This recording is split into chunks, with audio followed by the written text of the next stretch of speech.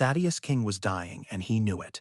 The chief cardiologist at Northwestern Memorial Hospital had given him fewer than 5 months to live, but the clinical reality of a failing heart did not terrify him anymore. What broke his spirit every single morning was the realization that he possessed $284 million across his accounts, yet not one person in the entire world loved him simply for being Thaddeus. He had built a global freight empire from nothing, but he was destined to die without a single warm hand holding his own.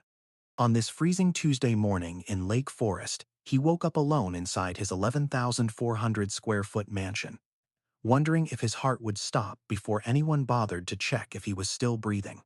His cousin Julian had not called in over 4 months, except to demand a $75,000 bailout for a failed nightclub investment. His niece Brianna only visited when she needed an introduction to high-profile private equity partners, or a check for her European vacations.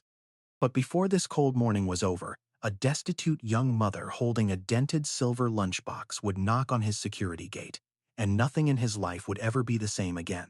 The winter sun crept slowly above the frozen skyline of Chicago, casting a pale amber light across the snow-covered grounds of 42 Elmridge Drive.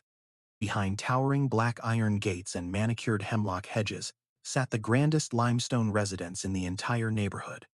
From the outside, the estate looked like an untouchable fortress of generational luxury and architectural perfection. Inside, it was a silent tomb.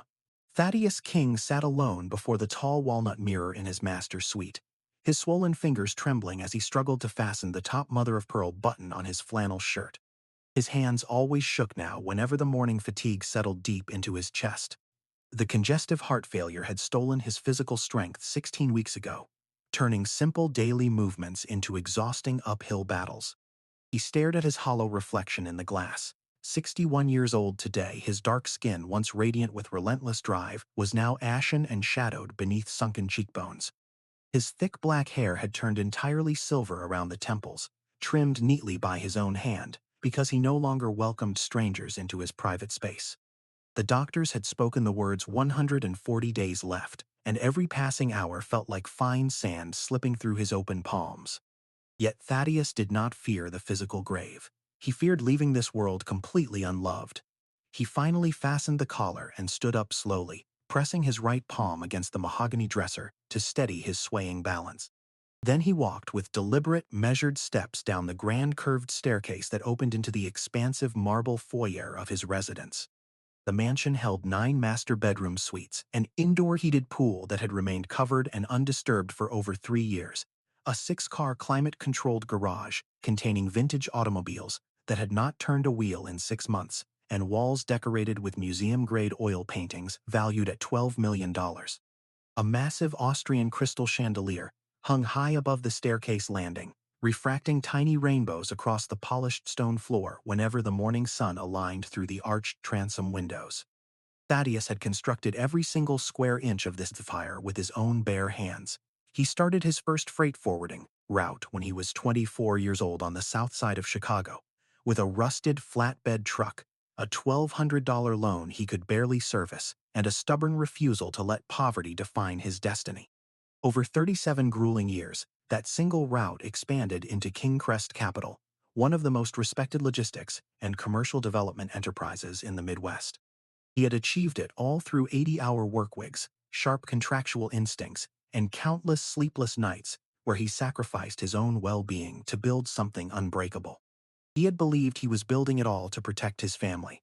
His late wife, Sarah, had passed away 8 years ago from breast cancer, leaving behind an unbearable void that no amount of commercial success could ever fill. His younger cousin Julian, now 42, had grown up enjoying private academy tuition paid entirely by Thaddeus, yet had never worked an honest 40-hour week in his entire adult life. Julian treated Thaddeus like a permanent bank vault, taking unauthorized credit advances against family trust accounts and blaming the world whenever his reckless business schemes disintegrated. His niece Brianna was 29, an aspiring socialite who frequently complained that her monthly family allowance was insufficient compared to her wealthy peers. When Thaddeus gently suggested she build a career of her own after university, she had rolled her eyes and called him an obsolete relic who hoarded wealth he could never take with him to the grave. Those cruel words had sliced into Thaddeus far deeper than any financial betrayal. Thaddeus reached the ground floor and walked into the quiet kitchen, where a tray of steel-cut oats and hot black tea sat waiting on the counter, prepared by his part-time groundskeeper who had already left for the morning. He carried the bowl to the massive dining table, an antique table designed to seat 18 guests, though Thaddeus had not dined with another human being at that table in over 19 months. He picked up his mobile phone and stared at the dark screen for several long moments, hoping against all reason for a simple message wishing him well. There were no messages from Julian. There were no messages from Brianna. There was only a spam notification from an investment newsletter and an automated reminder from his pharmacy regarding his digoxin refill. Thaddeus placed the phone face down on the polished wood. He set it down with the practiced caution of someone who had learned that expecting love from selfish people only yielded fresh wounds. "They are busy with their own lives," he whispered softly to the empty dining room. That was the polite lie he told himself every morning. But deep down in the quiet recesses of his soul, Thaddeus knew the brutal reality. They did not care whether he lived or died, as long as the inheritance transferred smoothly into their checking accounts. He finished his breakfast in absolute solitude. The only sound echoing through the 12-foot-high ceiling was the faint rhythmic scraping of his silver spoon against the porcelain bowl. He stood up, moved toward the expansive bay window, and looked out over the dormant winter gardens. The fountain in the center of the courtyard was frozen solid, surrounded by dead hydrangea stalks and dry boxwood branches that had not been pruned since early autumn. What was the purpose of possessing an extraordinary estate if no one ever walked its grounds with genuine affection in their hearts? That was the exact second the electronic security intercom chime rang through the silent kitchen. Thaddeus narrowed his eyes and walked slowly toward the wall-mounted color security monitor beside the pantry door. It was 7:14 in the morning, an hour when no deliveries or maintenance contractors were ever scheduled to arrive. On the high-definition display, he observed a young African-American woman standing just beyond the heavy wrought iron gates. She was slender, shivering slightly against the biting 21-degree wind, wearing an old navy blue winter jacket with patched elbows and worn work boots that showed visible salt stains along the leather. Her hands were clasped politely in front of her waist, and beneath her right arm, she held a battered silver-insulated food container tucked inside a transparent plastic bag. She did not bang against the iron bars, nor did she press the buzzer a second time to demand attention. She stood perfectly upright, holding herself with a quiet, undeniable dignity that seemed completely out of place on such a freezing morning. Nia Holloway stood on the icy pavement of Elmridge Drive, her teeth clenched tight to prevent them from chattering in the bitter chill. She had walked 4.2 miles from the nearest commuter bus stop, her right boot letting in freezing slush through a split in the rubber sole with every step she took. Her 7-year-old daughter, Maya, was currently lying on a fold-out cot in their 340-square-foot basement apartment on 73rd Street, burning with a fever of 102.6 degrees. The neighborhood clinic had written a prescription for liquid amoxicillin and ibuprofen that totaled exactly $24.80. Naya's bank account held $0, and the 5 loose coins in her coat pocket totaled precisely $7.35. She had spent the previous 8 hours scrubbing industrial laundry drums for $13.60 an hour. But every cent of that check had been seized by automated bank withdrawals for overdue rent and electrical utilities. She refused to beg on street corners or exploit her child's suffering for pity. She had brought her father's old insulated soup container with a single unshakable objective in mind. She would offer 5 hours of relentless manual cleaning to the owner of this grand house in exchange for a warm meal to take home to Maya and $25 of honest labor wages to purchase her child's life-saving medicine. That was her mission. Thaddeus stared at the small screen, watching the young woman wait in the falling snow with her head held high and her shoulders squared against the wind. Something stirring in the back of his memory, a distant echo from 40 years ago, when his own mother used to stand outside Southside offices waiting for morning janitorial shifts, compelled his trembling finger to press the talk button.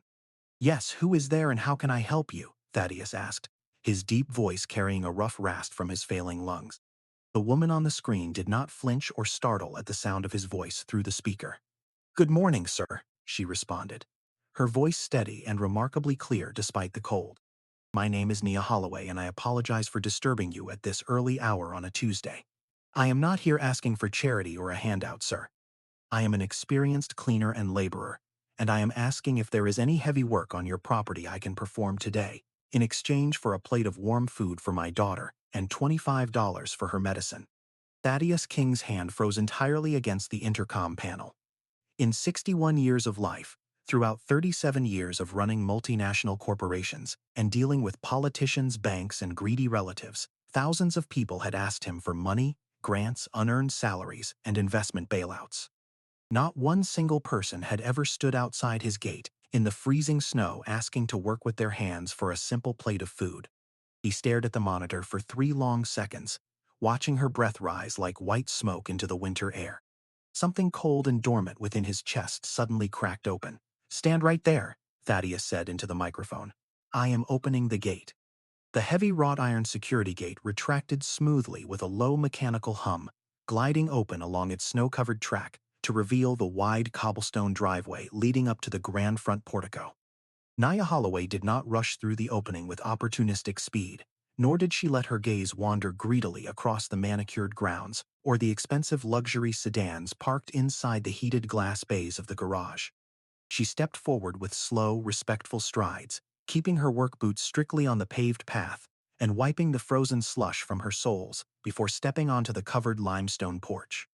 Thaddeus King opened the heavy mahogany double doors himself, resting one hand firmly on the brass handle to stabilize his trembling frame as the freezing outdoor air met the warmth of the radiant heating inside.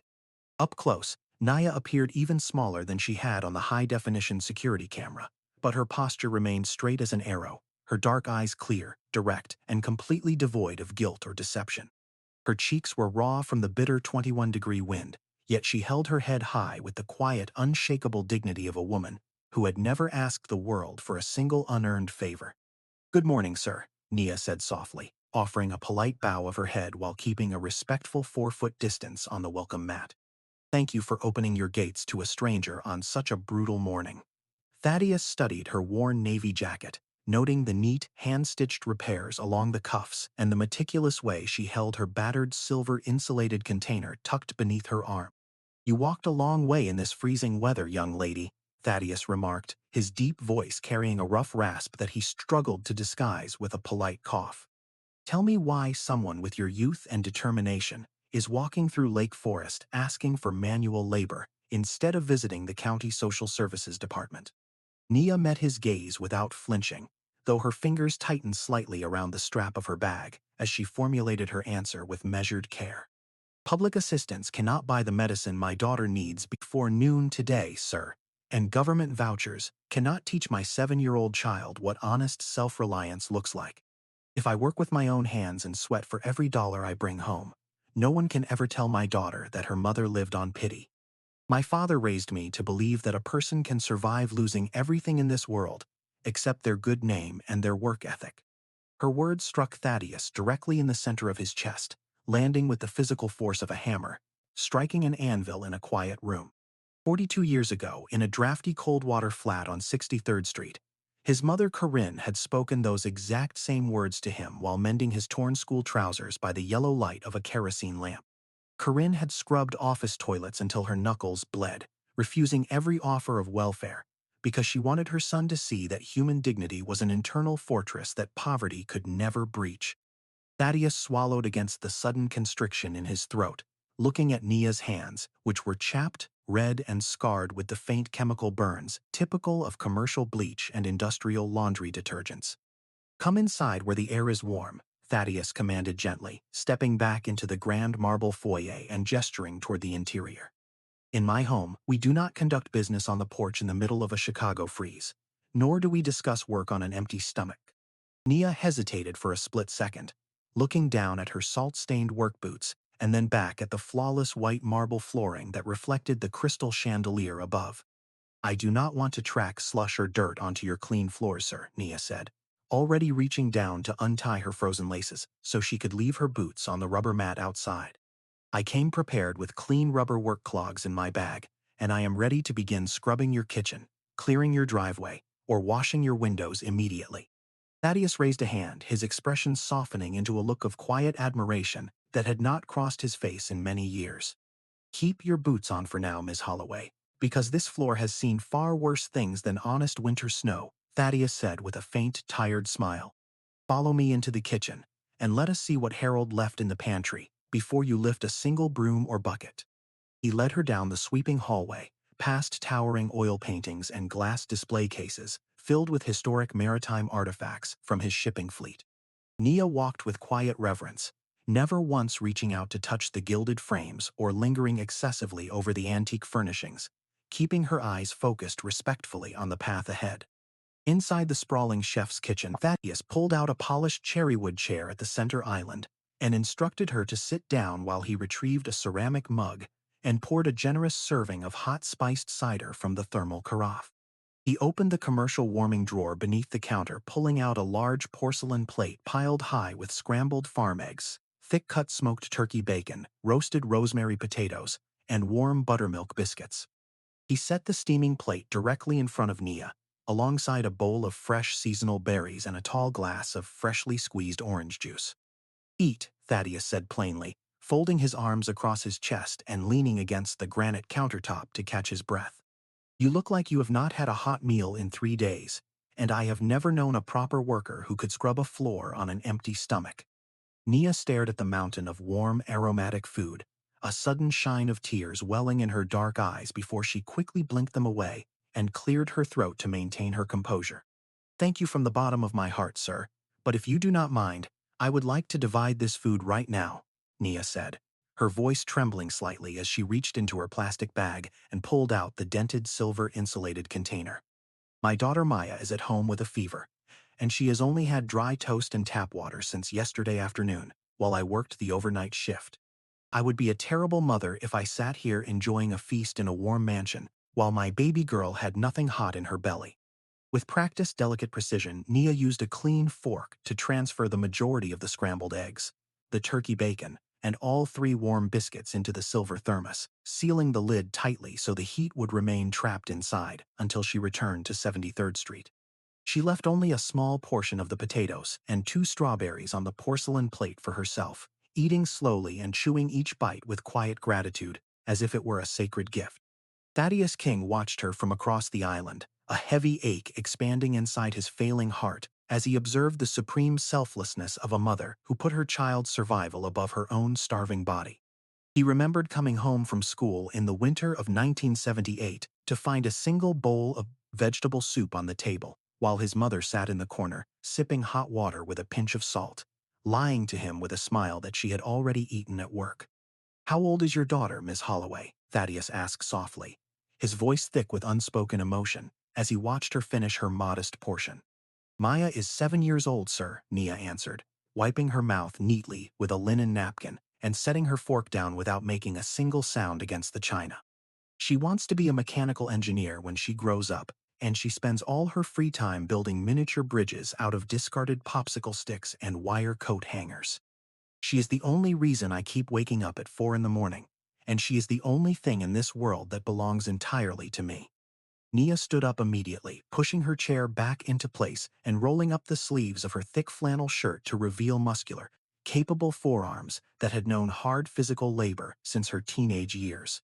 Where would you like me to begin, sir? Nia asked, looking around the expansive kitchen with a trained, observant eye. I noticed on my walk up the driveway that your outdoor copper water spigot near the garden shed is leaking continuously, creating a dangerous patch of black ice near your back steps, and I saw through the glass that the antique brass pendulum clock in your library has stopped ticking entirely. Thaddeus raised his eyebrows in genuine astonishment, having forgotten that the library clock, a treasured heirloom purchased by his late wife Sarah during their 30th wedding anniversary trip to London, had jammed its internal gears 4 months ago when a local repairman claimed it was irreparable. You know how to repair mechanical clocks and copper plumbing? Thaddeus asked, following her as she stepped toward the hallway leading to the library. My father spent 32 years working as a master boilermaker and pipe fitter for the city of Chicago, Nia explained, pulling a small roll of heavy-duty hand tools and brass wire from the bottom of her canvas tote bag. He made sure I knew how to repack a leaky valve, solder a joint, and realign gear escapements before I was 12 years old, because he wanted me to always have practical skills that no economic crash could take away. If you have a small can of mineral oil and an adjustable wrench, I can have that spigot secured and that clock keeping perfect time in less than 45 minutes before I scrub your floors. Thaddeus nodded slowly, leading her into the quiet, oak-paneled library, where the massive brass grandfather clock stood silent in the corner, beside thousands of leather-bound business volumes. Nia knelt beside the intricate wooden housing, removing the back panel with surgical precision and examining the brass pendulum, the suspension spring, and the weighted counterbalances without a single wasted movement. For the next 40 minutes, the only sounds inside the grand library were the subtle, rhythmic clicks of Nia's tools, adjusting the escapement wheel and the faint murmur of her breath as she cleared years of accumulated dust from the clockwork gears. She applied a minute drop of lubricant to the pivot points, rebalanced the heavy brass pendulum, and gently gave the weight a steady, calculated swing. The clock's internal hammer struck the brass chime once, producing a deep, resonant tone that reverberated through the silent room with astonishing clarity before settling into a steady, rhythmic tick-tock that brought the dead room instantly back to life.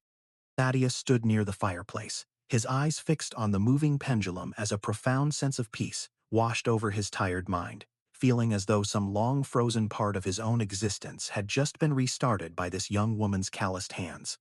She stood up, brushed the dust from her knees, and gave him a modest, satisfied nod before packing her tools away into her bag. "The clock is running true now, sir," Nia said calmly. "Now show me to your basement and utility room so I can fix that copper valve outside before the ice thickens."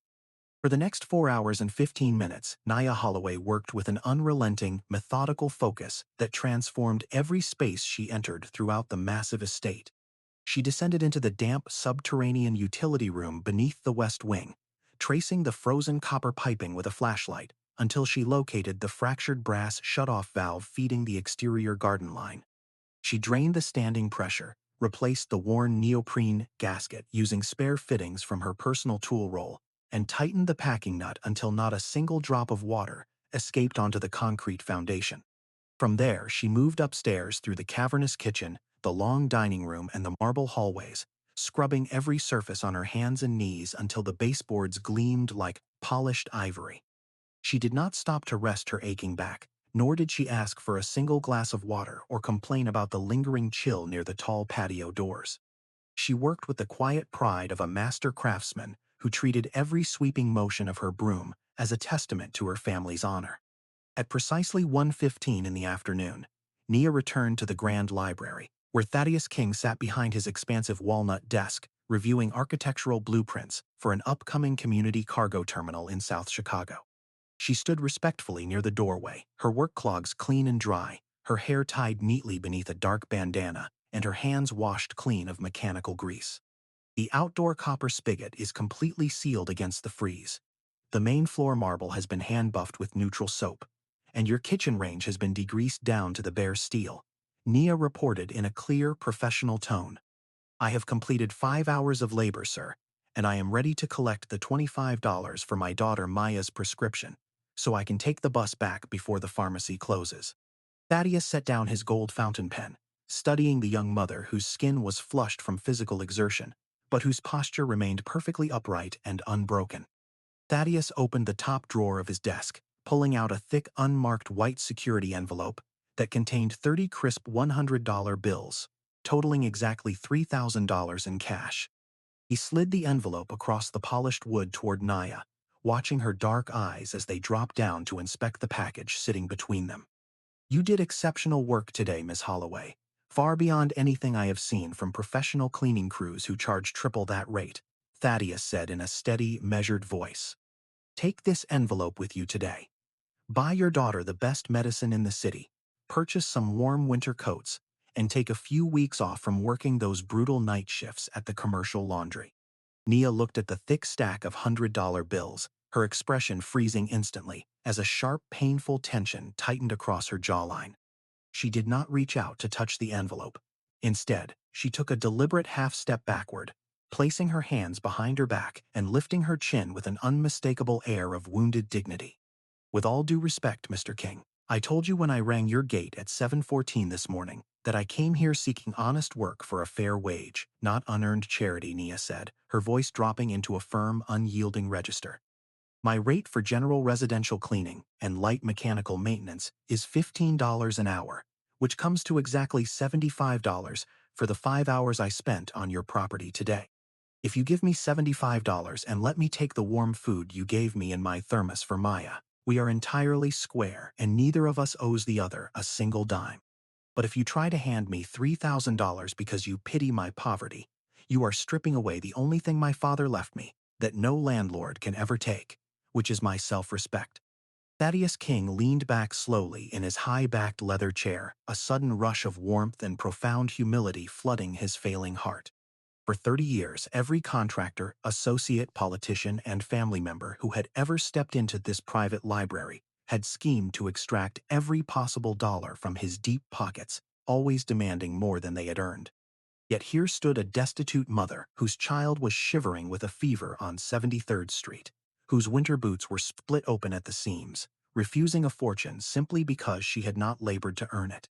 She did not view him as an open checkbook or an easy mark. She viewed him simply as a fellow human being entitled to a fair, honest exchange of value. Thaddeus picked up the envelope, slipped it back into his desk drawer, and retrieved his leather wallet, counting out three $20 bills, one $10 bill, and one $5 bill, placing exactly $75 on the desk. "You are an extraordinary woman, Nia Holloway," Thaddeus said softly, his deep voice thick with genuine emotion, as he pushed the $75 across the desk. "Forgive an old man who has spent far too many decades dealing with corporate sharks and parasitic relatives who have forgotten the meaning of an honest day's wage." Nia stepped forward, picked up the $75 with a steady hand, and slipped the bills carefully into the zippered interior pocket of her coat. "Thank you, Mr. King," Nia replied, her eyes softening as the tension melted from her shoulders. "I will purchase Maya's amoxicillin at the corner drugstore on my way home, and she will have a hot meal waiting for her the moment she wakes from her nap." As she turned toward the library door, Thaddeus stood up from his desk, resting his hand against the walnut frame to steady his labored breathing. "Miss Holloway, wait just one moment before you depart," Thaddeus called out, walking slowly toward the center of the room. "I have a legitimate business proposition for you, one that involves no charity, no handouts, and no pity of any kind." Nia stopped, turning around with her canvas tote bag slung over her shoulder, listening with cautious curiosity. "As you can see, this estate is 12,000 square feet, with 5 acres of historic grounds, an intricate hydraulic heating system, and a severe lack of proper caretaking since my health began declining last autumn," Thaddeus explained, gesturing around the quiet mansion. "I need a full-time residential property manager and estate technician who understands mechanical systems, values meticulous cleanliness, and can oversee contractor maintenance with absolute integrity. The position pays $28.50 per hour, 40 hours per week, with full medical benefits and paid leave," Thaddeus continued, watching her eyes widen slightly at the mention of comprehensive health insurance. "Furthermore, the private guest cottage above the carriage house on the east perimeter of the property is fully furnished, heated, and sits completely empty, 365 days a year. As part of your employment compensation package for managing on-site security and emergency maintenance, that cottage will be provided to you and your daughter Maya, rent-free for the duration of your contract. There is an exceptional elementary school located just 6 blocks from here on Sheridan Road that has one of the top science and robotics programs in the state of Illinois. Maya can have a warm room of her own, a safe backyard to play in, and you will never have to ride the midnight transit bus to an industrial laundry facility ever again." Nia stood completely motionless in the center of the library, the rhythmic ticking of the antique brass clock filling the heavy silence as tears finally broke past her defenses and rolled down her dark cheeks. She thought of their cold, mold-infested basement apartment on 73rd Street, the gunshots that frequently echoed outside their bedroom window at 2 in the morning, and the constant, crushing terror of never knowing if she could afford Maya's school lunches or winter boots. But more than anything, she looked into Thaddeus King's eyes and saw no condescension, no hidden malice, and no predatory intent. She saw an aging, lonely man who was offering her a genuine platform to build a future through her own dedication and skill. "I accept your offer, Mr. King," Nia said, her voice trembling with profound gratitude as she reached out and took his weathered, trembling hand in a firm, respectful handshake. I will work every single hour with complete dedication. I will guard this property as if it were my own, and you will never have reason to regret the chance you are giving my daughter. You have already proven your character today, Nia, Thaddeus said with a warm, peaceful smile that lit up his tired features. Now go home, take that warm food to your little girl, purchase her medicine, and Harold will arrive with the company van tomorrow morning at 9 to help you move your belongings into your new home. Over the course of the following 84 days, a profound and beautiful transformation settled over the King estate on Elmridge Drive. Nia Holloway threw herself into her responsibilities with an unrelenting work ethic, waking at 5:15 every morning to inspect the heating systems, balance the mechanical water filtration in the East Wing, and prepare nourishing, low-sodium meals tailored specifically to Thaddeus's strict cardiac dietary guidelines. Her daughter Maya blossomed in the sunlit carriage house cottage, spending her afternoons doing advanced arithmetic at the library table and building miniature suspension bridges out of balsa wood, while Thaddeus watched from his armchair with joyful pride. The grand mansion, which had sat silent and freezing like a forgotten museum for nearly 8 years, began to hum with vibrant laughter, the comforting aroma of fresh rosemary roasted chicken, and the steady, reassuring tick of the antique brass clock. Thaddeus found himself looking forward to every sunrise, sitting with Nia for 2 hours every evening in his study to teach her the intricate fundamentals of corporate logistics, commercial lease structuring, and asset-backed capital investments. Nia absorbed every complex financial concept with razor-sharp intellect and disciplined focus, taking detailed notes in a leather ledger until 2 in the morning. Yet as the winter frost began to yield to early spring rain in late March, Thaddeus's congestive heart failure continued its quiet, irreversible progression. His hands trembled with sharper spasms whenever he held a coffee mug, his breathing grew more labored after climbing just 3 stairs, and some afternoons his energy vanished entirely by 2 o'clock. Nia never allowed him to feel small or helpless, quietly adjusting her daily routine so that fresh oxygen tanks were always within arm's reach, preparing warm herbal compresses for his swollen ankles, and walking beside him at a gentle, unhurried pace through the emerging garden.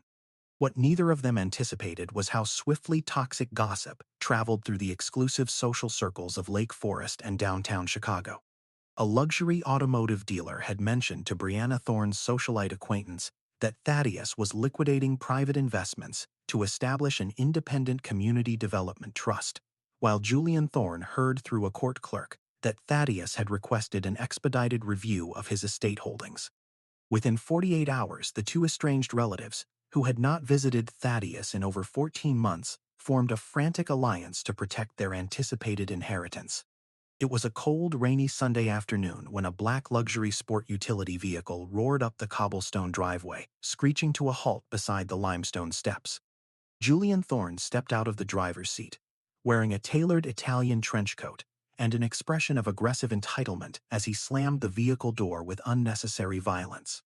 Brianna followed closely behind, clutching an expensive designer leather handbag and barking frantic instructions into her diamond-encrusted smartphone before shoving the device into her pocket. They bypassed the formal front entryway and marched directly through the side portico, bursting into the grand foyer where Nia was kneeling near the base of the sweeping staircase, carefully dusting the intricate hand-carved cherrywood banister with natural beeswax polish. Maya was sitting quietly on the bottom carpeted step, coloring a detailed architectural sketch of the Chicago skyline with a set of colored pencils Thaddeus had purchased for her 7th birthday. "Who on earth are you, and why is this street trash shutting on my family's antique staircase?" Julian bellowed, his loud voice echoing harshly through the high-ceilinged marble hall. Brianna stopped in her tracks, her lips curling into a sneer of absolute disgust as she looked Nia up and down, taking in the clean denim work trousers, the practical cotton shirt, and the work clogs. "What kind of circus has my uncle turned this house into?" Brianna snapped, taking 3 aggressive steps towards 7-year-old Maya and pointing a sharp, manicured finger at the child's drawing pad.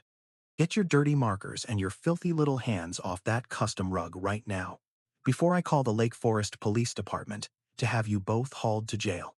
Maya gasped in terror, dropping her pencils and instinctively shrinking behind her mother's legs as Nia stood up smoothly, placing herself entirely between the furious intruders and her trembling child. "Good afternoon," Nia said, her voice dropping into a low, icy calm that carried no hint of fear or submission. "My name is Nia Holloway, and I am the resident estate manager and technician employed directly by Mr. Thaddeus King under an official contractual agreement.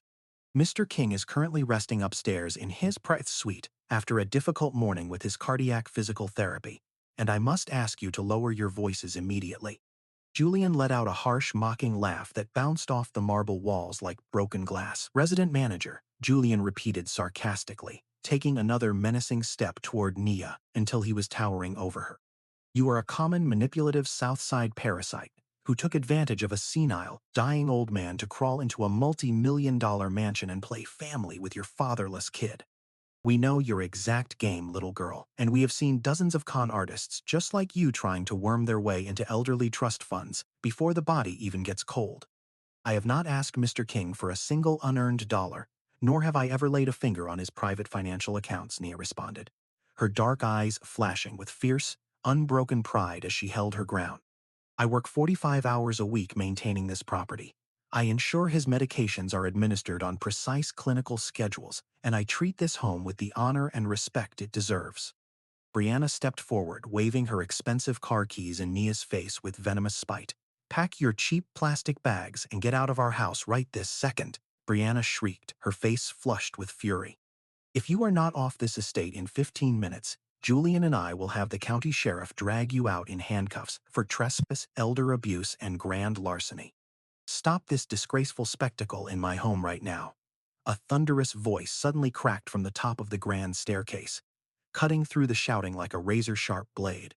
Thaddeus King stood at the top landing, gripping the polished railing with white knuckles, his face pale as chalk and his chest heaving violently for air. He began descending the stairs with slow, unsteady steps, his dark eyes burning with absolute outrage at the cruelty directed toward Nia and little Maya. "How dare you enter my residence uninvited, scream at my trusted staff, and terrorize an innocent 7-year-old child who has more decency in her little finger than the two of you possess in your entire bodies?" Thaddeus demanded, his voice trembling with sheer indignation. Julian looked up, momentarily startled by his uncle's sudden appearance, but quickly hardened his features into an arrogant smirk. "Uncle Thaddeus, we came here to protect you from this scheming gold digger who has clearly brainwashed you while your health is failing," Julian argued aggressively. "You are not thinking clearly. You have allowed a random street beggar to move into our family's estate, and we are putting an end to this madness today." "Get out of my sight," Thaddeus shouted, reaching the marble foyer and raising a trembling arm toward the front double doors. "You never came when I was diagnosed with terminal heart failure. You never called to ask if I needed soup or medicine, and you only showed your faces today because you smelled money in the air like starving jackals. Leave this property immediately, before I have my private security detail physically remove you from the township of Lake Forest." Brianna sneered, tossing her hair over her shoulder with cruel indifference. "Enjoy your little kingdom while you can, old man, because when your heart finally stops in a few weeks, every single brick of this estate belongs to us, and we will throw this woman and her brat onto the street where they belong." Julian turned with a venomous glare, and the two of them stormed out through the heavy doors, slamming them so violently that the Austrian crystal chandelier above rattled with a hollow, metallic ring. The silence that followed was suffocating. Nia turned immediately toward Thaddeus, noticing with instant horror that his skin had turned a sickening shade of bluish-gray, and his left arm had gone completely limp against his side. "Mr. King, please sit down on the bench right now," Nia pleaded, stepping forward to catch his staggering frame. Thaddeus tried to speak, his lips moving without sound as a massive, agonizing coronary spasm seized his chest, causing his knees to buckle instantly beneath him. He collapsed heavily onto the hard marble floor, his head striking the bottom wooden riser of the staircase as a sharp gasp escaped his lungs. Maya let out a terrified cry, while Nia dropped to her knees in a split second, pressing her fingers against his carotid artery to find an erratic, thready pulse beating at nearly 160 beats per minute. "Maya, run to the carriage house, grab my emergency kit, and stay on the phone with 911, Nia ordered with razor-sharp authority as she ripped open Thaddeus's collar and tilted his head back to clear his airway. She administered 2 sprays of sublingual nitroglycerin from the emergency canister kept in his pocket, positioning his torso onto his left side in the recovery position to prevent aspiration. She began rhythmic, calculated chest compressions, counting aloud with unwavering precision while monitoring the faint rise and fall of his chest. Within 9 minutes, the distant wail of emergency sirens cut through the torrential rain, growing louder as the Lake Forest Advanced Life Support Ambulance roared up Elm Ridge Drive. Paramedics burst through the open doors with defibrillators and oxygen tanks, taking over the resuscitation efforts while Nia provided a flawless clinical summary of his medical history, his exact dosage of digoxin and beta blockers, and the precise timeline of his collapse.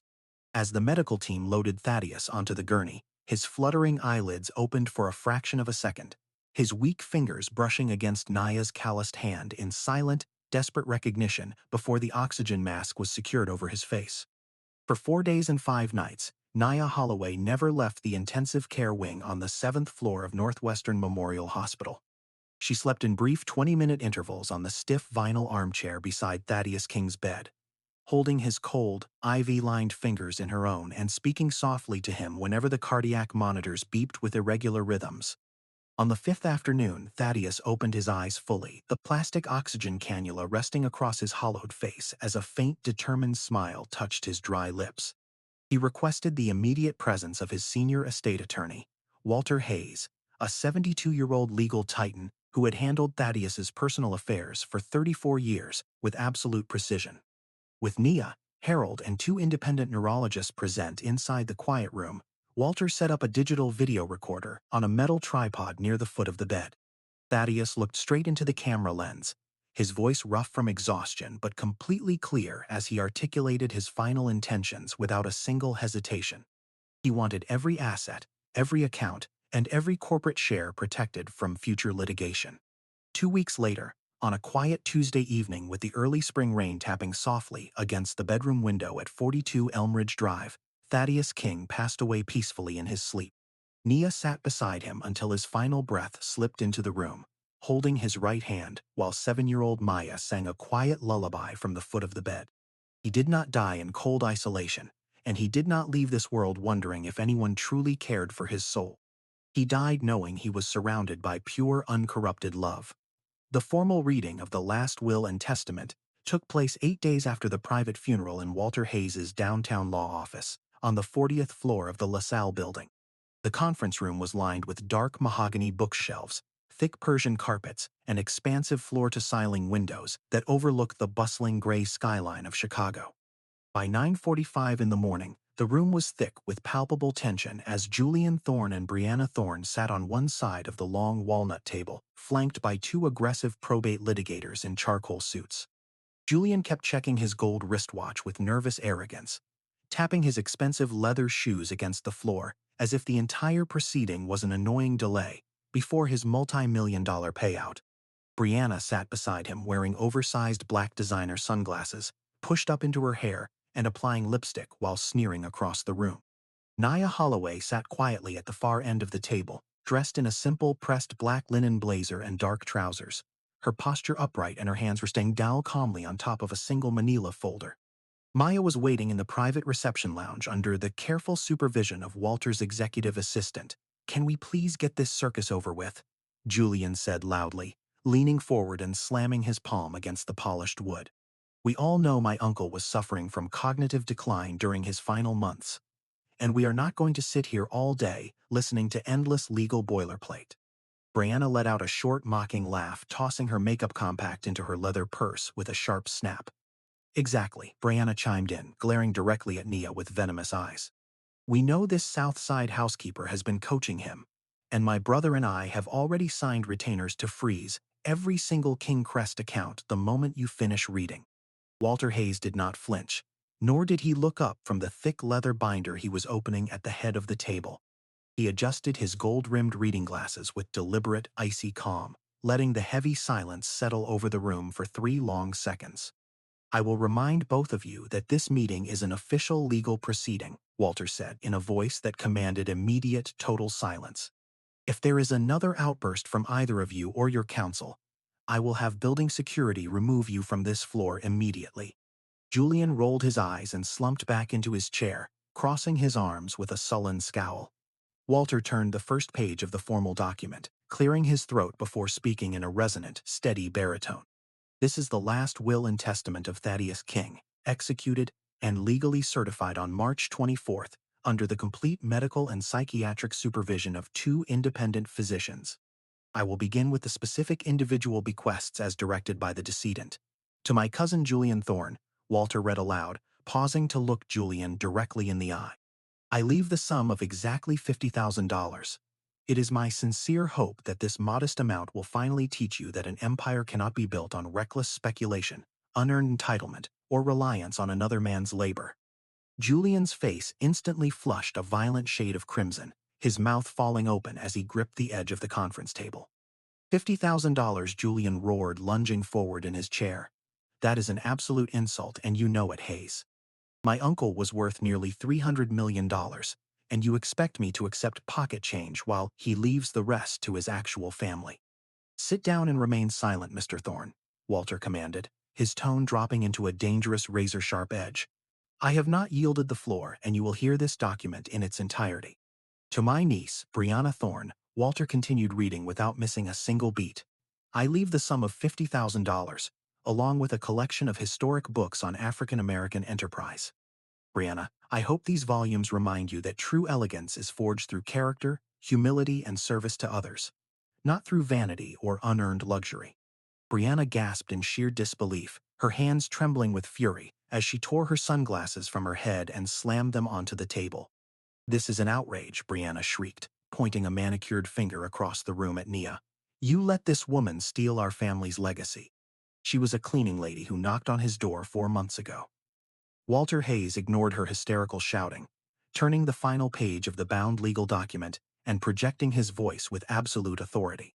The remainder of my estate, including 94% of all common and voting shares of King Crest Capital, the real property located at 42 Elmridge Drive, all liquid financial holdings, and full executive control of the King Family Foundation, I leave entirely, unconditionally, and irrevocably to Nia Holloway. The conference room erupted into total chaos. Julian's lead attorney stood up immediately, waving a stack of legal notices in Walter's face, shouting that the bequest was an obvious product of undue influence, fraudulent inducement, and elder manipulation. Julian shoved his leather chair back so hard it crashed against the mahogany wall, towering over the table with veins bulging along his neck. You think you won, don't you? Julian spat at Nia, his voice trembling with unbridled malice. You think a gutter rat from 79th Street is going to walk away with my family's corporation? We will drag you through every court in Illinois until you are penniless, homeless, and behind bars for exploiting a dying man. Nia Holloway did not flinch, nor did she raise her voice by a single decibel. She stood up slowly, smoothing the fabric of her black blazer, her dark eyes clear, steady, and blazing with unbroken dignity.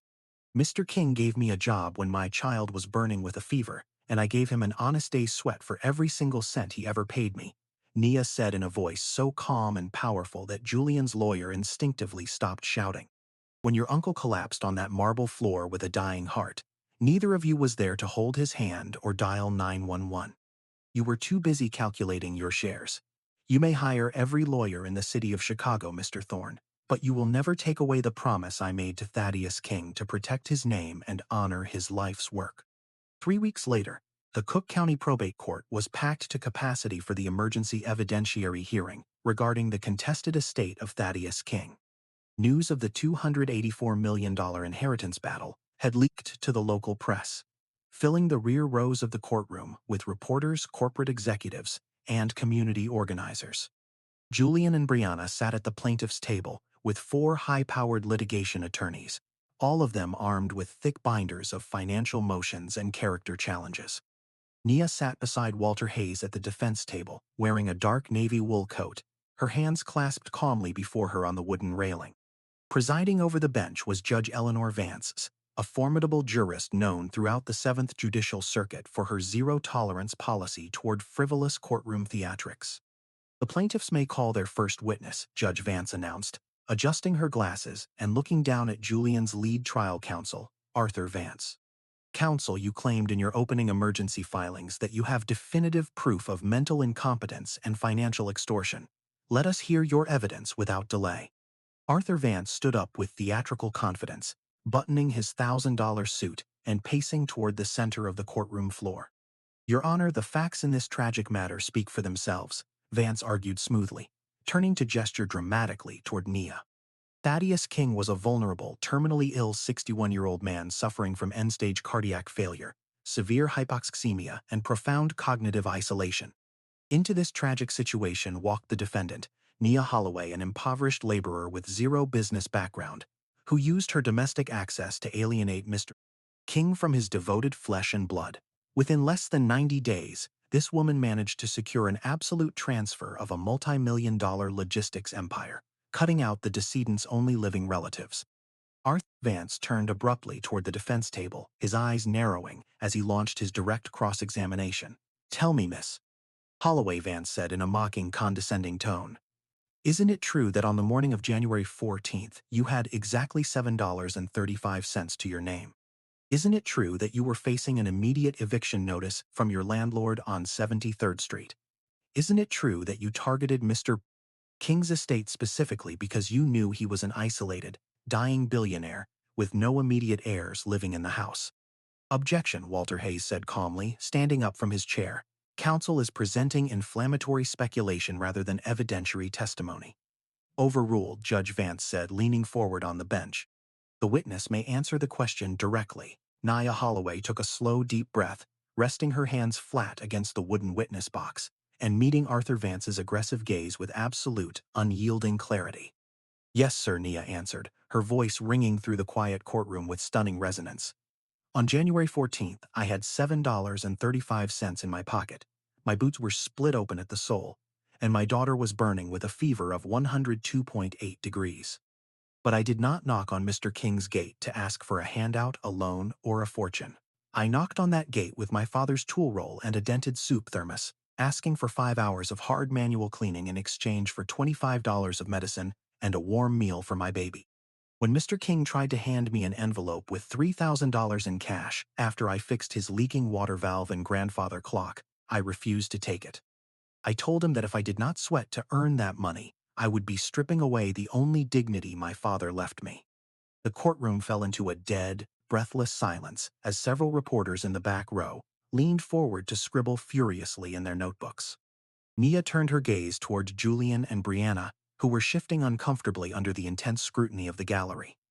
"For 84 days, I worked 45 hours a week managing that estate," Nia continued, her voice thick with quiet emotion.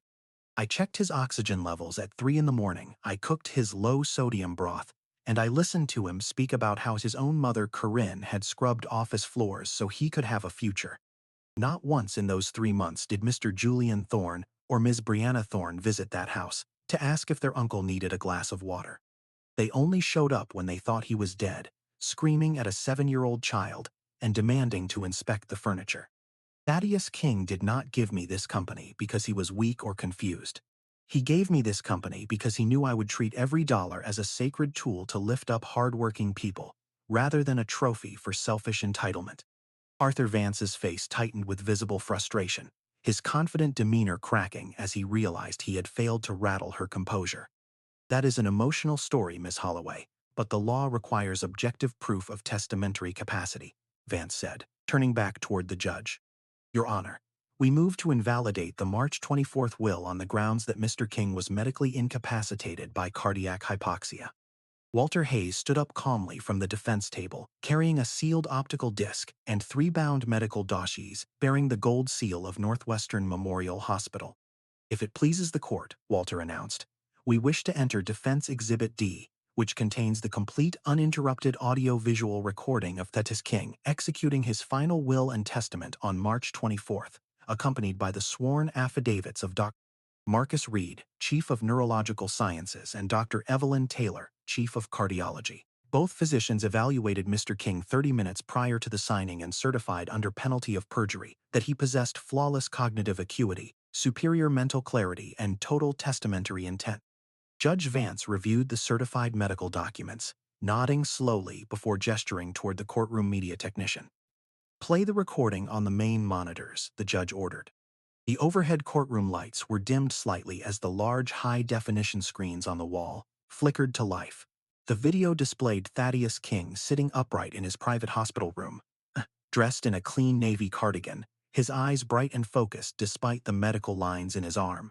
He looked directly into the camera lens, his voice steady, powerful, and unmistakably sane. To any court, attorney, or individual reviewing this recording, Thaddeus King spoke from the screen, his deep baritone echoing off the oak walls of the courtroom with chilling authority. I am making this statement on March 24th with absolute clarity of mind, total free will, and full knowledge of my extensive commercial assets. My decision to disinherit Julian Thorne and Brianna Thorne from the executive control of King Crest Capital is not the result of confusion, weakness, or outside influence. It is the calculated, deliberate consequence of 30 years of observing their character. They have treated my life as an inconvenience and my wealth as an entitlement. They have never worked an honest day, never shown true compassion, and never understood the sweat and sacrifice that built this enterprise. Thaddeus paused in the video, turning his head slightly to look at Nia, who was visible in the frame holding a glass of water. Nia Holloway walked into my life asking for nothing more than an honest day's wage for an honest day's labor, Thaddeus continued, his eyes glistening with pride and fierce conviction. In 3 months, she showed me more loyalty, more honor, and more genuine human decency than my own bloodline showed me in 6 decades. She possesses the heart, the discipline, and the unbreakable dignity of my late mother, Corinne. I am entrusting my life's work to Nia because I know she will never let greed rot her soul, and she will use this wealth to build ladders of opportunity for those who have been forgotten. That is my final, unalterable judgment. May God hold her in his grace. The video concluded with the clear, high-definition footage of Thaddeus signing his legal signature across all 7 copies of the trust agreement, witnessed by Reed, Dr. Taylor, and the county notary public. The courtroom was utterly silent. Julian sat frozen in his chair, his hands trembling as he stared at the dark screen, his face completely drained of color. Brianna buried her face in her hands, letting out a choked, muffled sob of total defeat. Judge Eleanor Vance took off her glasses, setting them down on the bench before picking up her heavy wooden gavel. This court has reviewed the complete evidentiary record, Judge Vance announced in a firm, resounding voice. The medical certifications are absolute. The legal execution was flawless, and the decedent's testamentary intent could not be clearer or more definitive. The petition to contest the last will and testament of Thaddeus King is hereby dismissed with prejudice. All executive voting rights, property deeds, and financial assets of King Crest Capital and the King estate remain fully vested in Nia Holloway. Court is adjourned. Judge Vance struck the sound block with a sharp, echoing crack of her gavel. Julian and Brianna were surrounded by reporters as they rushed out of the side doors in disgrace, refusing to answer a single question as their attorneys hastily packed their briefcases and fled the room. Nia remained seated at the defense table for several long moments, letting out a slow, quiet breath as tears of relief finally slipped down her cheeks. Walter Hayes placed a gentle fatherly hand on her shoulder, giving her an approving nod. "You held the line, Nia," Walter whispered with a proud smile. "Thaddeus was right about you from the very first morning." Nia Holloway did not waste a single hour celebrating her total legal victory. Within 30 days, she took her seat in the executive corner suite of King Crest Capital on Wacker Drive, retaining Walter Hayes as senior counsel and appointing Harold as director of estate logistics. She did not purchase private jets, designer wardrobes, or luxury yachts. She arrived at the corporate offices every morning at 6:30, wearing practical business attire and reviewing every logistics route, warehouse lease, and capital expenditure with meticulous precision. Within 18 months, Nia restructured $45 million of corporate investment funds into the establishment of the Corinne King Foundation. The foundation acquired 6 massive decommissioned industrial warehouses across the south side of Chicago, transforming them into comprehensive community enterprise centers. These facilities provided free high-level vocational training in industrial mechanics, hydraulic plumbing, corporate logistics, and computer-aided architectural design. Every classroom was fully equipped with top-tier tools, and on-site child development centers were established, so that single mothers could complete their education without worrying about childcare expenses. Nia personally attended every graduation ceremony, handing each graduate a complete set of professional tools, a new pair of heavy-duty work boots, and an official employment contract with King Crest Capital or its network of corporate partners. On a brilliant autumn afternoon 4 years later, Nia Holloway walked through the sunlit gardens of 42 Elmridge Drive, holding the hand of 11-year-old Maya. The estate was filled with life, with young engineering apprentices from the foundation currently touring the grounds to study the intricate hydraulic heating system Nia had preserved. The copper spigot near the garden shed gleamed like polished gold. The central stone fountain bubbled with crystal-clear water, and from the open library window, the antique grandfather clock struck 4 in the afternoon with a rich, magnificent chime. Maya, now a top student in her advanced mathematics academy, held up a miniature blueprint of an affordable housing community she had designed for their upcoming Southside expansion project.